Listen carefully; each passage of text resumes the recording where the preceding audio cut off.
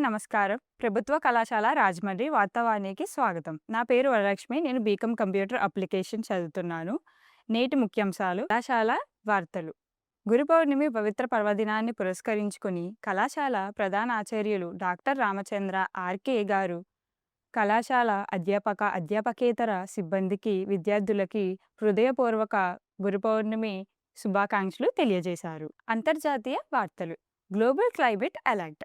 ప్రపంచవ్యాప్తంగా పలు దేశాలలో తీవ్రమైన వేడి గాలులు మరియు తుఫాను ప్రభావంపై ఐక్యరాజ్యసమితి తీవ్ర ఆందోళన వ్యక్తం చేస్తూ ప్రత్యేక చర్యలకు పిలుపునిచ్చింది. జాతీయ వార్తలు.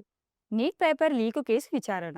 దేశవ్యాప్తంగా సంచలన సృష్టించిన నీట్ పేపర్ లీకు కేసులో సిబిఐ దాఖలు చేసిన ఛార్జ్షీట్ను నేడు ఫాస్ట్ ట్రాక్ కోర్టు విచారించనుంది.